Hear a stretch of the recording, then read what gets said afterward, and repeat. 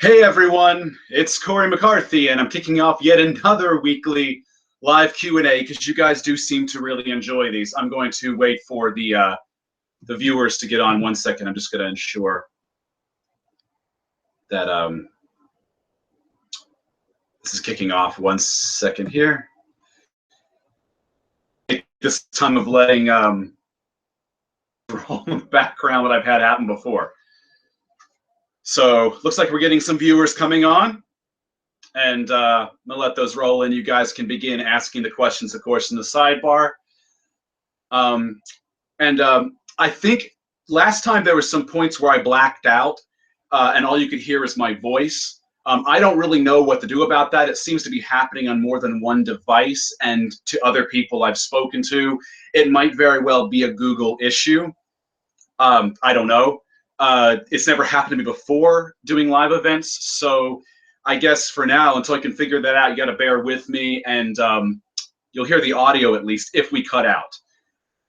Anyway, let's get to the questions now that I've prefaced with this. Let's see here. People are asking, what do I do in my live streams anyway? I answer, actually, Vegan Cheetah asked that. Hey, Vegan Cheetah, what's up? I just answer people's questions that come in about fitness, nutrition, veganism, sometimes about life and things like that, like sports, whatever, current events, that sort of thing. Mostly I try to keep it to veganism, fitness, nutrition. Ion Health is saying to check out his interview with me. Yep, go check that out. The channel is Ion Health, EYE on Health. It's about a week old now. It's been up.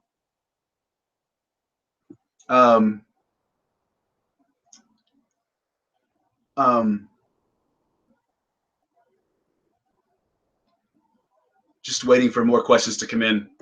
I don't know if this side thing is just loading slowly or what's up, but grab me some water here and we'll wait.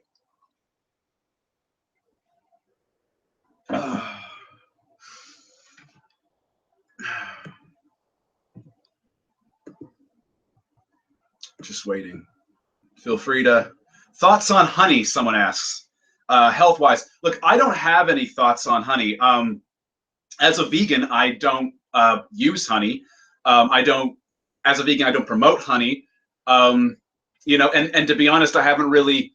It's been a long time since I've had honey, and I haven't really looked into a lot of the health benefits. But I would imagine it might have something to do with antioxidants that might be in honey. But you can get that from other sources of foods, like you can get antioxidants and whatnot from fruits and vegetables as well. You don't need honey. And if you just like the taste of honey, there are vegan alternatives to honey that exist now.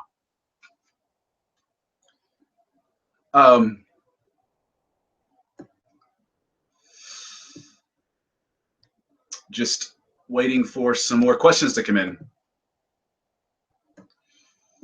It's kind of a slow kick up this time.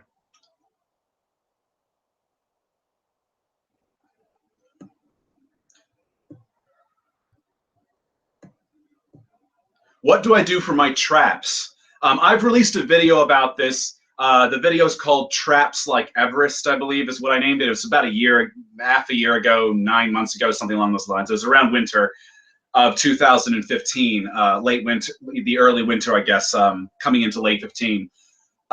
Mostly it's just, I mean, I don't really do a lot of direct trap work. I mean, I'll do upright rows or I'll do shrugs. Traps also get heavily involved. In fact, right now, mostly I'm focusing on hitting my traps just with lateral raises. They get hit in the peak contraction of the lateral raise if you go up high enough past parallel. So I mostly get it from cable lateral raises at the moment. Cable face pulls I'll do as well, because not only are they a good rear delt exercise, but as I explained in that video, they also hit those the middle traps, like the middle trap region between your shoulder blades, and an area that I think a lot of people don't develop well enough, that they don't thicken well enough, and it thickens that area. So it's actually a great compound movement on the cable apparatus. So really that's about it. I guess you could say upright rows, shrugs, laterals past parallel, and cable face pulls. And of course, when you do deadlifts, you're gonna hit your traps too.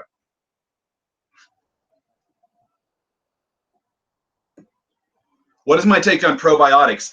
I use them if I feel like that I'm not digesting things well enough. So give that a go. Do I ever listen to metal? Yes, I do. I listen to a lot of symphonic and progressive metal.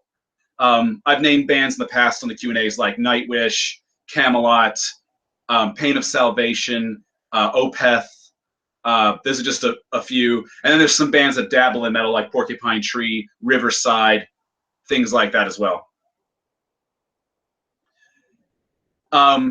Hey, Cory, I was 290 pounds and obese, and I've dropped to 150 pounds. But now I have loose skin and my nipples are lower than my pecs. If I train my shoulders more, will that help?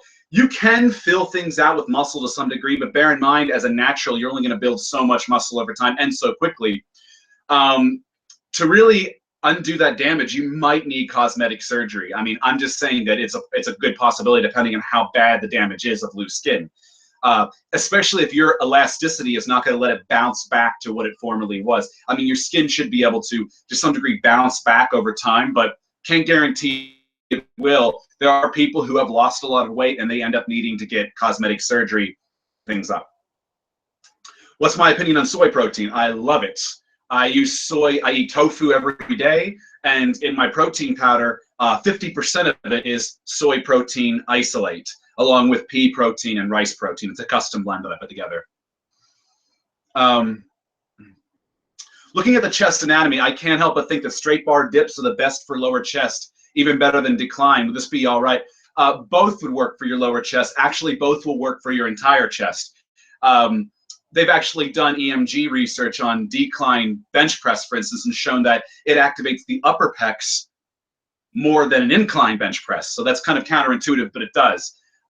Really, every single chest exercise will hit the entire chest, no matter what angle you're at.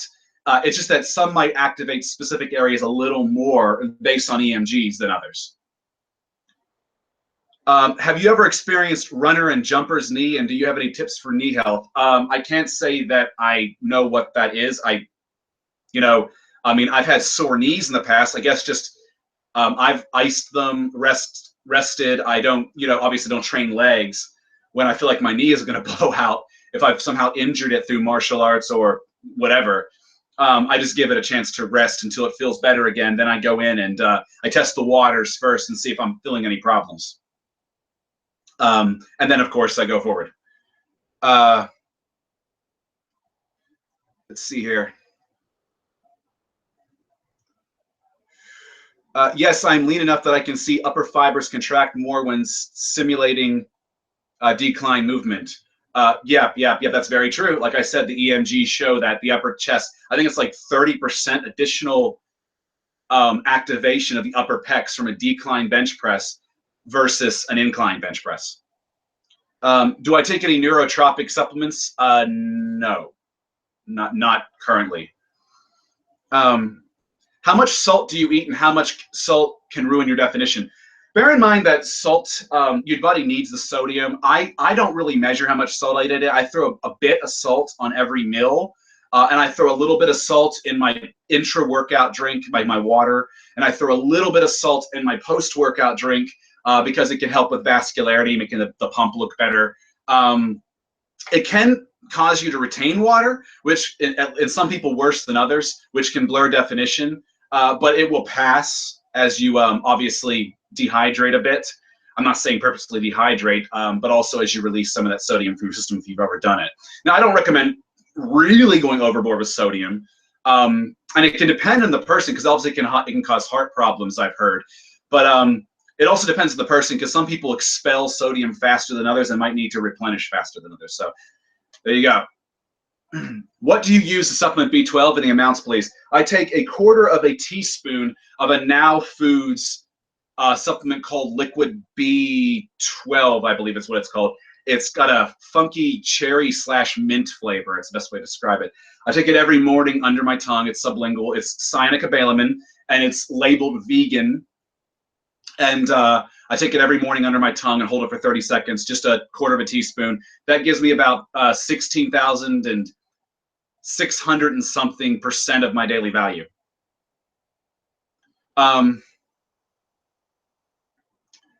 good vegan cutting foods, really anything, but I mean, I would say things that are more flexible, like tofu is great, broccoli and spinach are great.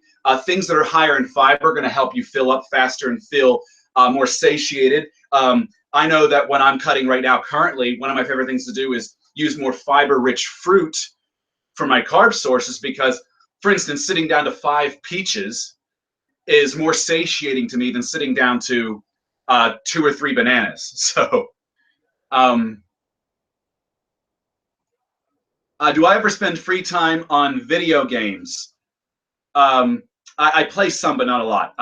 Mortal Kombat, I love. The Elder Scrolls games, I play a lot, but I haven't even. I actually kind of just stopped playing the last Elder Scrolls game before I even did much in it because I just don't have a lot of time. I want to become a full vegan, but I love salmon. Any tips on how to quit? Um, you know, just gonna have to go off it. I mean, there are some vegan fish products out there that are mock fish. I know that Gardein makes some. You might want to give some of those a try. There are restaurants like Loving Hut that make fake fish products. They're a vegan restaurant, and at least some Loving Huts are 100% vegan that I'm aware of. I think they might all be, and it's actually shockingly realistic. Other than that, I don't know what to say. I mean, make sure you get your omega fatty acids. You know, it's just something you're gonna have to battle. You know, and handle that. You know, and over time, of course, obviously. I mean, I don't have a craving for anything that's not vegan, and you know, I've been vegan for like 3 years now, but I've been you know, I was vegetarian long before that, and I cravings just kind of eventually they fade. You know. Any good steak or lamb substitutes you know of? Also, any meat substitutes from companies like Beyond Even Healthy? I don't see why. I mean, they're processed foods. Beyond Meat's processed, but I don't see why it's necessarily unhealthy. I mean, you know, I'm not saying that, you know, it's processed food, but it does seem to have all the vitamins and minerals. It's fortified. So, I mean, I have it every day because it fits my macros pretty well. Beyond Meat does make some beefy crumbles that are pretty realistic from what I recall. Bear in mind, I haven't had meat since 2002.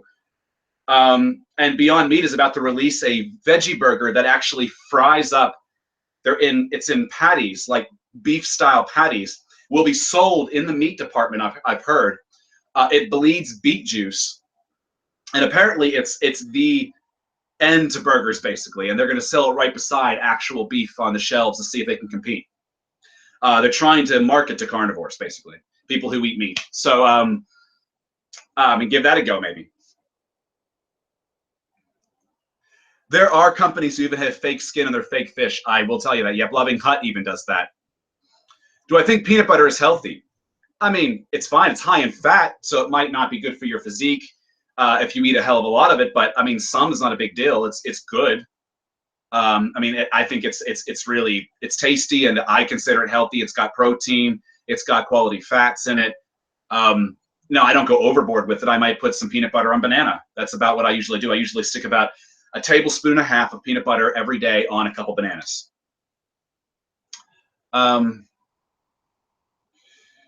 What nutrient makes you feel full? I find that fat and protein and fiber, all of them equally help me out with feeling full. Like I was just mentioning earlier, fiber-rich fruits and veggies fill me up.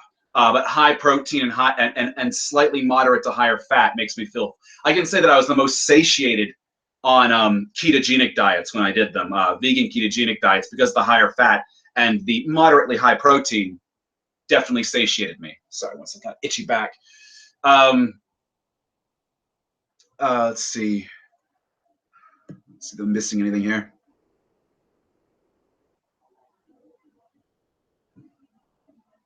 How much time on a given day do I spend on food prep? I will, if I'm going out somewhere and I'm going to be out for a better part of the day, I'll get up that morning and make some meals. My meals are usually really quick. I don't spend a lot of time in the kitchen. I don't care about making them fancy. So I'll throw this stuff together pretty quickly and have it done within 20 minutes and pack it all for the day if I'm going to be out somewhere during the entire day. But a lot of times if I'm going to be around my house, I'll just make food as I go, as the meals come. I don't really devote a day to meal prep, but some people might need to, depending on their schedule and their preferences. Um, does a lean, muscular body help with dating women in the clubs? In your experience, would be great. Greetings from Germany. Women don't just look at, I'm sure you've heard this time and again, but women don't just look at a body. And yes, there's a point where women find muscularity to be too extreme. So I guess if you stick to sort of a Hollywood action hero body or a beach type body, like you'd see on like an Abercrombie ad, you will definitely, and if you have a good personality on top of that, and you have some substance to your character, then yeah, combine other great qualities with having a good body. It's going to give you a leg up compared to a guy who might be average or overweight with those same good qualities. You're going to have an additional good quality. But will a muscular body alone do it? No, not really. It might get you the first date easily. I can tell you, I get more looks now that I have a built body than when I didn't have a built body. And I've never had a problem with women, but now I certainly get more looks, even from girls who are with guys on the street. They'll stare at me right in front of their boyfriend, husband, whoever this person is. And I've had guys puff their chest up because I guess they get jealous of that. This is my fault that some girl's staring at me. But does that mean that I'm going to like be a good boyfriend for one of these girls if I were, just because I have a great body? No. Like I've said before, a good body can help get you that first date. But if you lack a personality and lack substance and character and that chemistry and connection with that person, it's not going to take you any further than that. But it definitely is a plus. It's definitely not a bad thing. And it's good for your health too. But just don't take it overboard. There's no reason to go overboard. Women, there comes a point where it's just too freaky, you know? How much time in a given day do I spend on, oh, I've already answered that food prep thing. Is it true that multiple sclerosis is incurable? I'm not a doctor, but from what I understand, it is incurable. But there are people with MS who fight back and extend their life and quality of life by lifting weights. Lifting weights can also help fight cancer. It's not going to make it impossible to get cancer, but it can definitely reduce your chances. A healthy lifestyle, an active lifestyle, can help you on so many fronts, What is better for pre-workout, fresh beetroot juice or beetroot powder? I feel that with the powder, you get more concentration. Like it's more concentrated. It's like a little scoop as opposed to like a glass. So I personally go with the beetroot powder, but use whatever you prefer. Just bear in mind that it's very earthy in taste, so it can be hard for some people to drink that kind of concentration of beetroot. What do I think of Dr. Amin-Ra living off apparently 1,500 calories a day? I'm curious. I have debated Amin-Ra before on a Facebook group back in 2014. He came in trying to spit that shit, and I debated him. He claims he's a published scientist, so he used some scientific papers that he's written that are published to try to bolster his argument, but it was odd because they didn't bolster his argument. They weren't even relevant to the argument in some cases, and in some cases they actually contradicted him. He wasn't very good at arguing. Listen, I would never, never, never in all good consciousness recommend any guy consume that low in calories, period. Look, now Amin-Ra might be on steroids. Look, I don't know. And even then I wouldn't recommend it. I frankly just think, I'm going to put it out there, I think he's lying. I think he's lying. And I mean, I've said before, the kind of calories he's eating per day would be like maintenance calories for a girl with like 89 or 90 pounds of lean body weight on their bodies. So, and that's for a girl with that much. I mean, like, for a guy, that's way too low. That would be starvation. So I don't buy into Amin-Ra. If you guys have seen his website, it's very narcissistic and egotistical. He talks about his disciples and shit. Look, the guy is over the top. I think that he's promoting harmful advice. That's all I'm going to say. So that's my take on that. And like I said, I had a debate with him a couple years ago, and it didn't go too well for him, and he just eventually quit and left. So anyway, what do I think of non-vegans? Look, I got non-vegan friends. I got non-vegan family members. I try to live by example with all of them, and I've had a lot of them open their eyes up and and ask questions and want to try vegan foods. And I've even given them vegan foods sneakily. When I was visiting my folks last winter, my mother couldn't believe, that vegan baked goods would taste anything like. She thinks that dairy is going to make all the difference and eggs are going to make all the difference. So I gave her a piece of a vegan whoopie pie. It was like a cookie sandwich with frosting in the middle. It was 100% vegan. And I gave her a taste of this, and I didn't tell her it was vegan at first. And she was like, "Oh my God, that's good. Is this vegan? Because you're vegan." And I said, "Yeah, it's vegan." She goes, "Oh my God, how did they do that?" It's just, I think some people just don't want to believe, that vegan foods can be good. And then when they try it, they're actually surprised. So, lead by example. I mean, do I hate non-vegans? Do I wish them death? No, I just think they need to be educated. That's it. Have you read the book How Not to Die by Dr. Michael Greger? Actually, I haven't read it, but I've thumbed through it. And I think it's a good book. I don't really have a problem with Dr. Greger. Seems pretty reasonable from what I've heard. He even goes by when he saw the research on vegan ketogenic diets, he actually seemed to change his tune a bit on higher fat. So it became more specific scenario, like vegan higher fat diets versus non-vegan higher fat diets, because there seem to be health benefits there that weren't present in the obviously the opposite in the non-vegan version. So from what I know of Greger, he seems reasonable enough, and actually it seems like a good book, and I might pick up a copy and read it myself. It's actually reasonably priced too. Let's see. What's it called? The burger that I just mentioned. I think it's called the Beyond Burger, and it's being made by Beyond Meat, the brand Beyond Meat. It's only available currently in Denver, Colorado, as far as I'm aware, in the Whole Foods in Denver, Colorado. But they're preparing to broaden the launch to other places. Shockingly, it's not even in New York City yet. Impossible Burger is, but Impossible Burger is only available at this restaurant that has and only available at noon, limited numbers, and you have to get a reservation from what I can tell.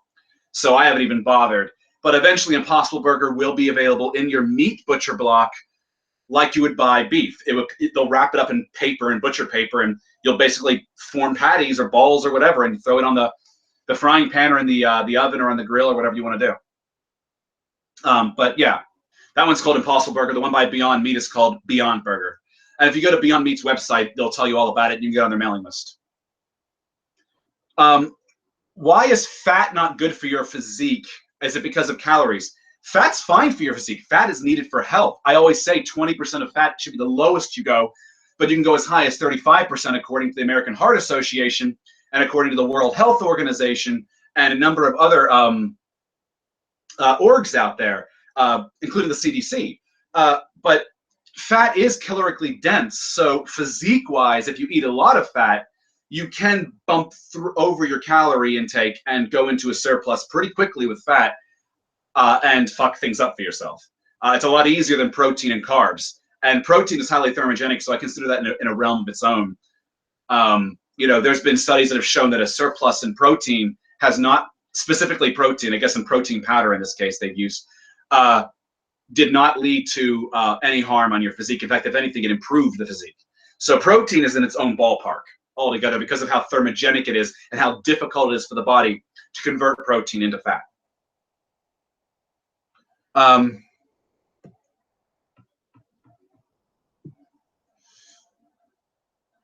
already mentioned Amon Ra, so scroll back. Tips for improving grip strength while deadlifting. Just deadlift. That's the best thing I can say. Try different grips in the deadlift, not just overhand, not just overhand, underhand, mixed grip. Maybe try both underhand. You can try different grips and see what works best for you, but really just keep going. Hammer curls are great for building up the forearm and grip as well. Reverse curls are pretty good too. These are good accessory movements. Rows, try fat bars. If you can't access a fat bar, try using fat grips type attachments. I love my fat grips. They're great. They're great at building up your strength and your grip strength. Those are some tips right there. And yeah, train forearms directly. Definitely right there. Do you use, why do you use fluoride-free toothpaste? I've seen, I don't know if it's pseudoscience or what, I haven't really looked too deeply into it, but I've seen some research that shows that fluoride can fuck up mental development in children. It can lead to toxicity in the body, as many things can if you overdo them, like iron or like iodine or calcium even. Too much can actually lead to serious toxicity in the body. So I figure if there's fluoride-free versions of the toothpaste, why not? It's not that expensive. I actually now know the name brand I use. I couldn't remember it last week. It's Dr. Bronner's, and I use a licorice flavored. It's got a vegan label in the back. Licorice flavored Dr. Bronner's fluoride-free toothpaste. Dr. Bronner's is the soap company. It's good shit. And if you like the flavor of licorice, it's really good shit. I think it's anise actually, but it tastes the same as licorice to me. It's probably the same fucking thing for all I know. When is testosterone replacement needed? If you medically have subnormal testosterone levels, talk with your doctor about that and get that checked out, which I believe is between 260 and 300 nanograms a deciliter. If you fall below that, you qualify for being hypogonadism, basically, and you could get testosterone replacement therapy because it will affect your quality of life. It can even affect your lifespan. So. A lot of women don't want someone who's more sportive than themselves. Yes and no. I mean, I've dated women in the past who liked my body. They liked me having muscle, but they bitched and complained about me working out all the time. You know, even 3 days a week was too much. And it's like, sorry, but I'm not fucking canceling out the fucking gym for a girlfriend. I enjoy lifting weights. I enjoy it. It's something I do. It's a stress reliever for me. It goes far beyond just improvement of my body and my health. It's got so many facets in my life that if someone's going to complain about that, and no matter how I try to negotiate and make time for them too, that's not good enough, then I'm sorry, they're not the right person for me. And no one should tell you, if you're enjoying something that's not hurting anybody else, you know, and you're still making time for your family or your friend's girlfriend, whatever. It's not fair to tell you just to give it up because they suddenly want to get greedy with your time. That's bullshit too. Everyone, that's a sign of clinginess to me as well. And I think that in clingy relationships aren't really going to work. You know, it's fine that people work together as a couple, but they have to work as individuals as well. They can't be dependent on one another for their lives. You know, they should be individual people who work well together. That's just my opinion.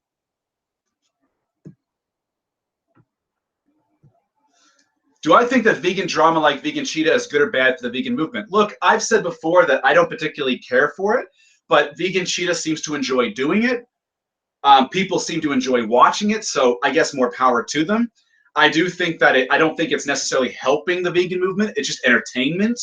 And like I said, it's a personal taste thing. I like informative videos.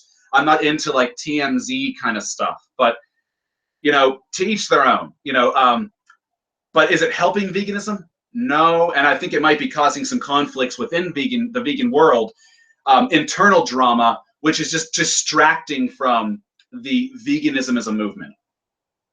And that's my personal opinion. But hey, if people enjoy it, more power to them. You know, if Vegan Cheetah enjoys making it, more power to the guy, man. I mean, like, you know, I don't really have a real problem with Vegan Cheetah, to be honest. You know, if I really think about it. In fact, if anything, back in the day when I first, his channel first showed up, he had a lot more subs than I did because I think he got some people coming over from YouNow or something, or whatever that service is called. And he gave me shout outs in the beginning. So, you know, I don't have anything, I don't have a problem with Charles, you know. I just don't particularly care for that kind of content, but that's a personal preference. Do I ever do any body weight training like push-ups and sit-ups? Yes. Push-ups, sit-ups, leg raises, pull-ups, chin-ups, dips, you name it, I do it. If I'm going to do them, because I'm obviously going to be able to get a lot of reps with them, I'll usually do it as a finisher. So what I might do is after I've finished a chest routine or something, or I'll superset, for instance, with flies. I'll do some like dumbbell flies and then hop right in the floor right after a set of flies and do push-ups to failure. So I'll sometimes use it as a way to burn that muscle out, just fucking kill it. Just fucking kill it. As like a finishing technique. It's kind of like why I end chest day with dips, or but sometimes on triceps, when I do my triceps, I'll usually weighted dips, and then I'll go into like, you know, more isolated type movements too, like push downs. So I vary it up. I vary it up.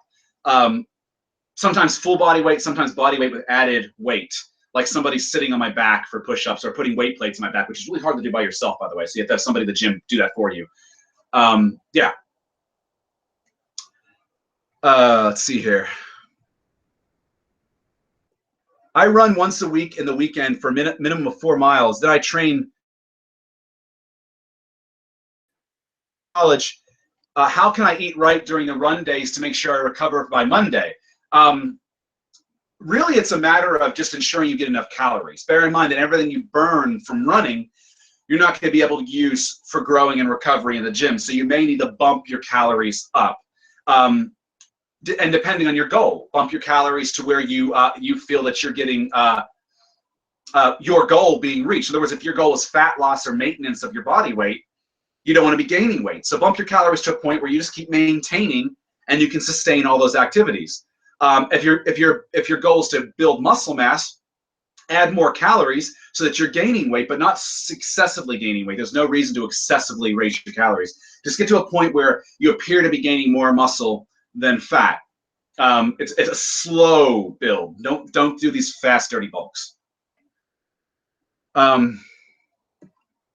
What's the best thing you can do to get a lean and toned core? A lean midsection, lose body fat. It's the best thing I can tell you for that. What is my training like? I'm moving into a push-pull split starting next week.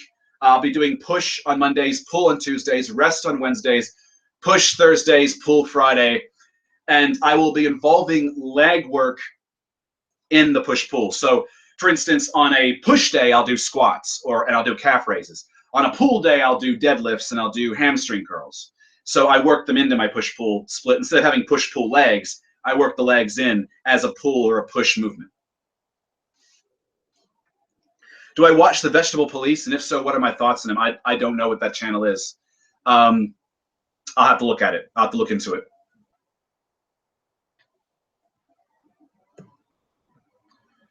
I'm kind of intermittent fasting as a girl, skipping breakfast except for 2 pieces of fruit and eating a normal lunch and for dinner. Okay, that's not really a question. I would advise you keep the fruit. If you're going to truly intermittent fast, I would advise you keep all calories coming in until your first meal of the day, you know, for girls, 12 hours in. I would not recommend that you eat something in the middle of your fast. Just stick to coffee, water, and tea. Dr. Amen Ra is on fucking gear and using gimmicks to attract people. It's a possibility. I don't know the guy personally. Besides the debate I had with him, I've seen some photographs where he looks phenomenal and some photographs where he looks relatively average, depending on the lighting and I guess the pump he has and how he's standing or sitting in the angle or whatever, because that can all make a difference. I don't know, but I do think he's lying about how many calories he takes in a day. He's doing this for shock.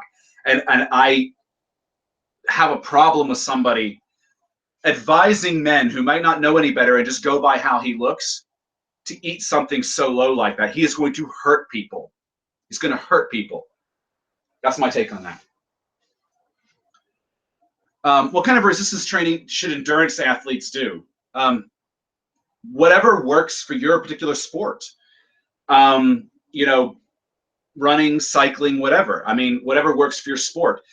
A lot of times, a lot of these guys, like martial artists too, will train with weights, but they'll train, they'll gear towards, I guess, more power movements and movements that are going to, and maybe isolation or accessory movements that are really going to emphasize their primary sport. So, you know, I don't know a lot about biking and running, so it's you know, but I would imagine, you know, leg power, leg strength, not necessarily bulk, but leg power and strength is going to be important. And obviously, you know, that's going to be important right there. So that's my thoughts on that. Do you think working out can affect concentration and mental efficiency in general? And what are your thoughts and experience? Yes, I think that working out and sticking to a schedule. I don't mean being obsessive about it. You know, things happen in life, and you got to rearrange your schedule a bit. But like generally speaking, trying your best to do a Monday, Wednesday, Friday, or a Tuesday, Thursday, Saturday, or Monday and Tuesday and Thursday and Friday, or whatever, helps you build up discipline and focus. And once you do something long enough, it becomes sort of second nature. You begin to be able to realize, hey, I could apply that in other areas of my life, and you realize that you can apply that same focus and learn that same discipline in other areas of your life. So I do think it's good on a number of levels, not just for physical health and all that. So and how you look and your appearance and everything. Let's see here.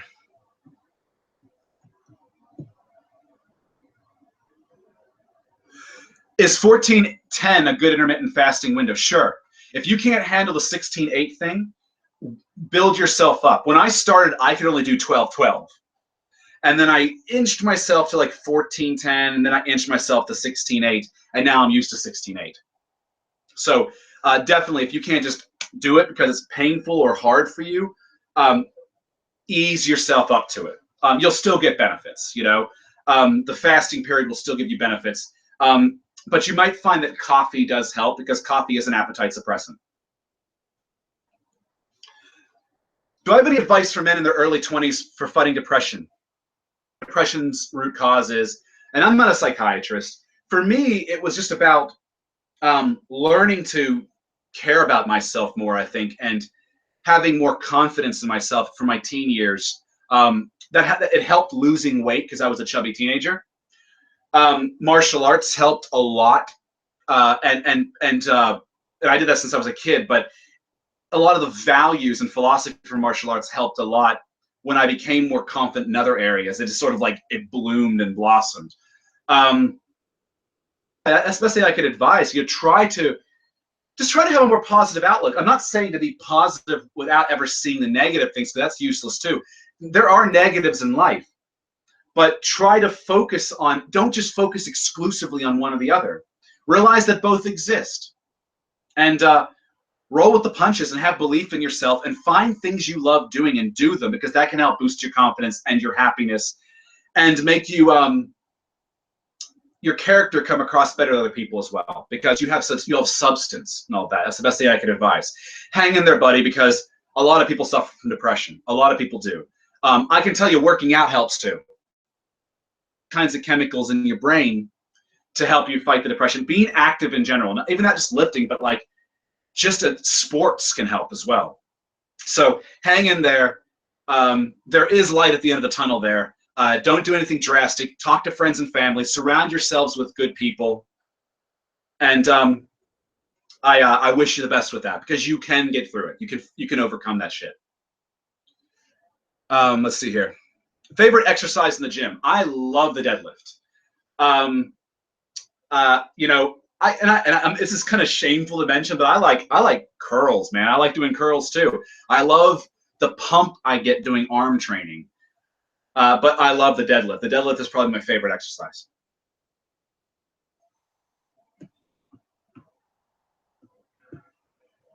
The China study, what are my thoughts on it? I think that correlation isn't necessarily equal causation. I think it needs to be broadened to look outside of just the Chinese populations. You know, I've seen some good debates against the China study. You know, that's my thoughts on that right there. I think that's a good step in the right direction, but we need more research, broader research, more populations than just a specific part of East Asia.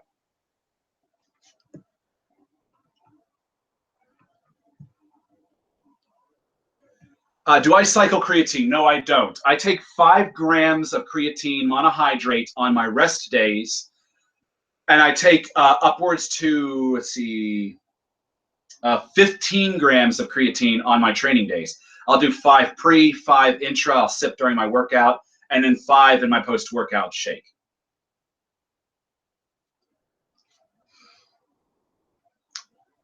Mentioned that EAAs are better, EAAs are better than BCAAs. I went to HumaPro and they said that for 0.25 calories, you can get 25 grams worth of protein through EAAs. They have some science in there. Is this true? Keep in mind, you're getting with a HumaPro's product, which is vegan, by the way, you're getting the equivalent EAA dosage of what would be in a 25-gram serving of food or protein powder calories. But you're not getting, you know, all the other nutrients that go along with the supportive nutrients, and you're not actually getting 25 grams of like whole foods protein from this. It's just isolated EAAs. Your meals with it.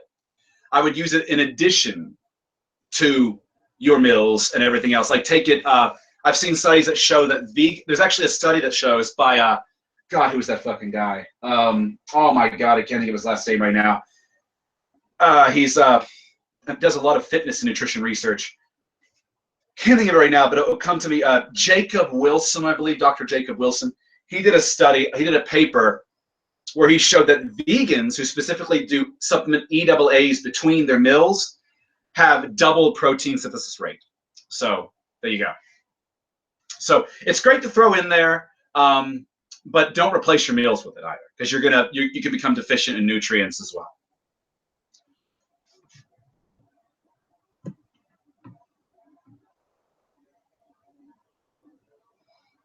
There's a lot of people talking amongst themselves here. Have I ever looked up Dr. Guy McPherson and Dr. Paul Beckwith? No, I haven't.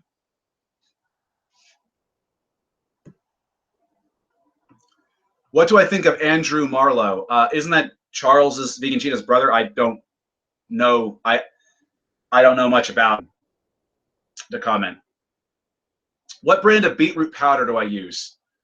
It's a bulk powder brand that I got off Amazon. It's just literally it's unsweetened. It tastes like shit.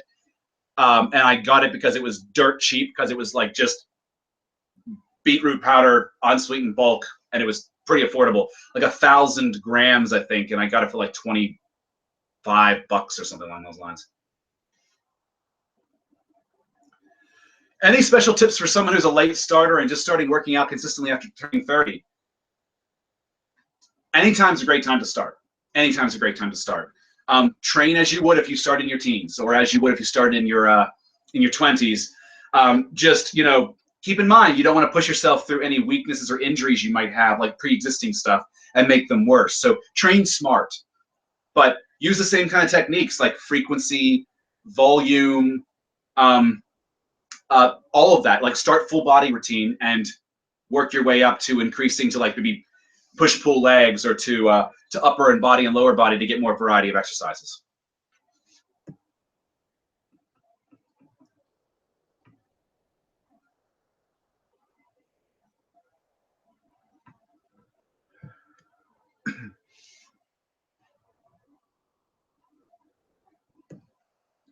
There's some pretty fucked up comments on here about rubbing cum on people, so I'm just weeding through this shit. Meditation, do I do it, and if so, and how often and how long? I don't do it enough. I'd like to do it more.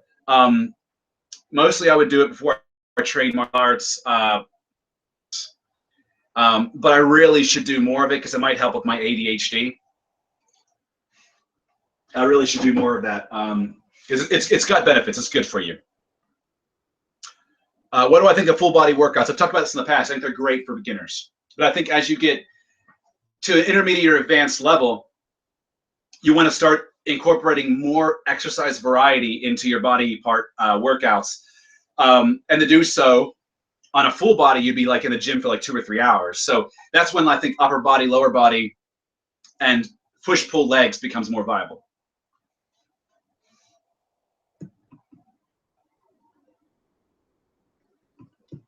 How big are my biceps and what's your curl? God. Let's see.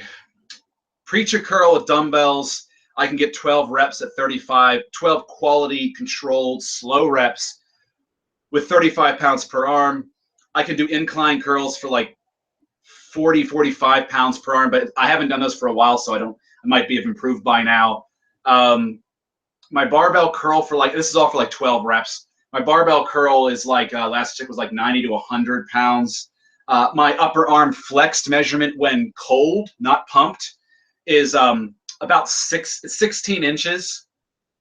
That's when it's completely cold, no pump, been like a day since I've trained, and I just flexed about 16 inches. But when I'm pumped, I've measured it around 17, a little over 17. It's something phenomenal. But then again, you know, what the size is doesn't really matter, because it's how it looks on you is really what's important. A lot of bodybuilding and physique is just an illusion, you know. There are guys like, I think Jerry Ward from BioS3 a while back did an impromptu arm measurement on camera, and his arms were only 16.25 inches flexed. People were thinking they were 18s, but they were only 16.25. It's all the illusion, you know. It's all the illusion. So Jerry only has slightly bigger arms than I do, and they look much bigger than mine. So I think it's all an illusion, you know. It really is all an illusion, because nobody takes a tape measure out on stage in bodybuilding contests. You know, it's just how you look, how good your physique looks overall as a package. That's it.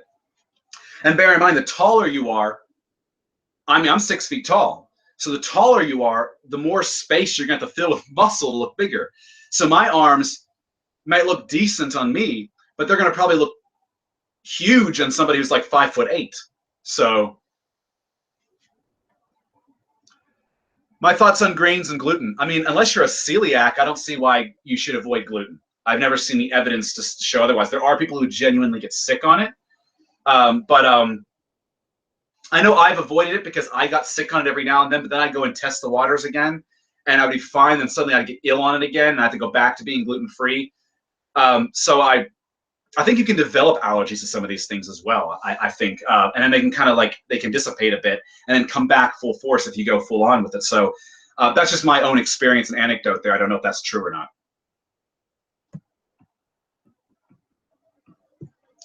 Do I think intermittent fasting is good for weight loss? I don't think it's going to work miracles, but it does help you when you're in a caloric deficit, not fill the deficit so much, because you're squeezing all of your meals into 8 hours a day.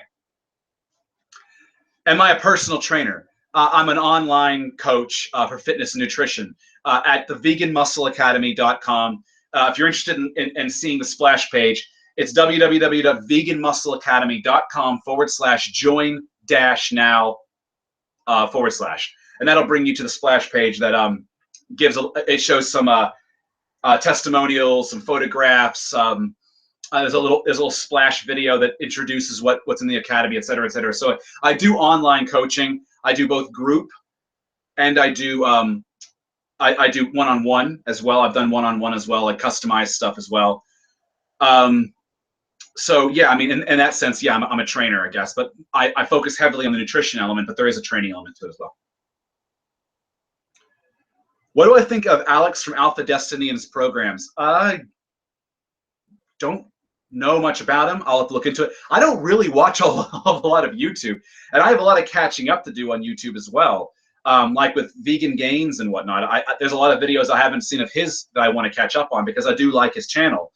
But I don't really, it's a time issue. I have so much that I'm busy with. It's a time issue, really.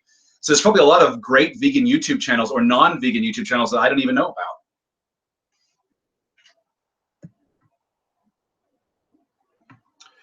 What is my opinion on vegan gains versus Durian Ryder? I have to side with vegan gains here.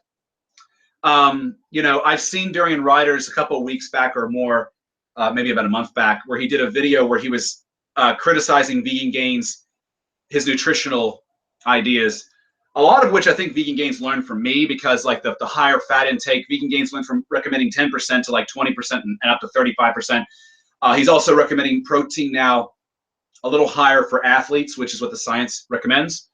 So I'm on his side with all that, because that's what the science recommends. It's not a one-size-fits-all thing. Nutrition's very much based on what your goals are. If you're a strength athlete, you're going to have different macro requirements than an endurance athlete. And you're going to certainly have more requirements than someone who's just your average person trying to be healthy. Think RDA of protein versus what's recommended for a strength athlete. What's the best way to measure body fat other than DEXA scan? You could try BodPod. It's another one too. But if you don't have any of those at your disposal, calipers or a handheld unit will get you relatively within the ballpark. It's not perfectly accurate, but whatever. It's close enough. It's something to track. But the best way is the mirror. How do you look in the mirror? How are your clothes fitting you? Progress photos. These are vital because ultimately physique is about how you look, not necessarily what your numbers really are. If you look good, if you look lean, and you're happy with it, that's what's most important. But who cares what your body fat percentage says? If I would say that I'm 15% body fat, I don't care.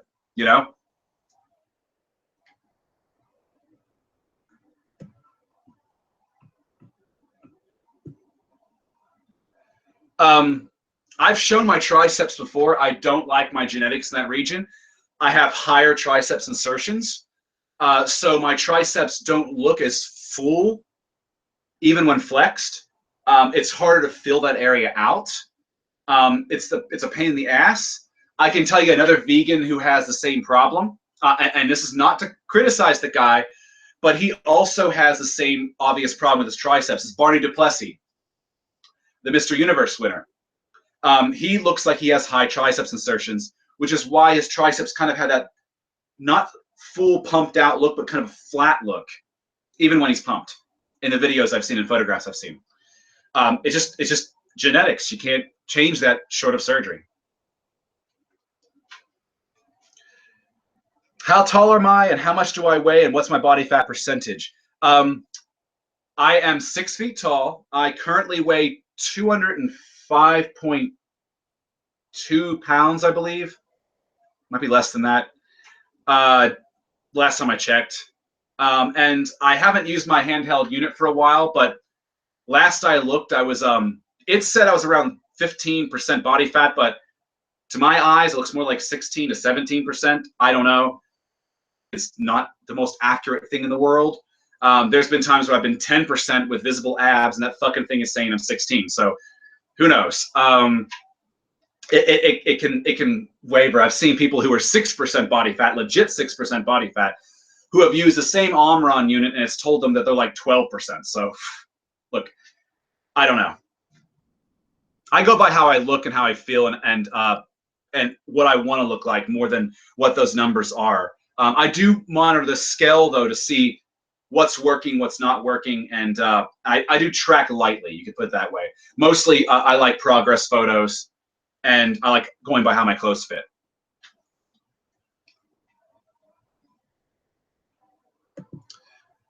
Never be ashamed of the curls. Wait, what the hell just happened here?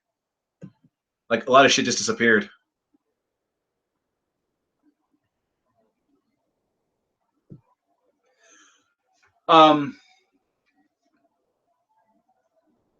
What is I'm probably missing some things here. What is my thoughts on Cell Block 80? That's that testosterone boosting supplement. Look, it's a vegan product, but I have made a whole video dedicated to testosterone boosters. Check that out. I think it's called The Truth About Testosterone Boosters. And I think the testosterone boosters, those natural boosters, are full of shit.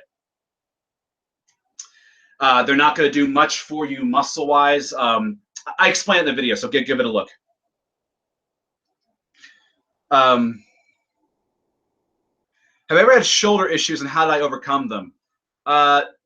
Not really, not anything repeat. I mean, all of my body parts get sore after a while. I might need to do a layoff. I feel like my joints are taking a bit of a beating, especially as I get older, but nothing serious. What is my reading speed as someone with ADD? Or did you have ADHD? I have ADHD. For me, I can't sit still enough to read a book for longer than maybe 15 pages to a chapter before my ass needs to get up and put that book down and do something else. It can take me 2 months to read a novel because I just don't have the attention span for it, even when it's really good. So mostly when I read a lot of technical stuff, that like the technical manuals, like how-to books or magazines, things I can read for a bit of time and put them down and not really have much of a problem with that. Do you have any suggestions for a guy transitioning to veganism? If it's cravings that are a problem for you, why don't you try the mock meats? There's so many mock versions out there of things. It depends on what the transition, what problems you're experiencing transitioning. If it's a taste thing, there's so many mock products out there, from cheese to milks, to even to like junk foods like cheesecake and pizzas and all of that. That should make the transition easier for you. That's all I can suggest with that. I've actually done a video about that too. It's the easiest way to go vegan or something like that. I did it about 2 or 3 months ago.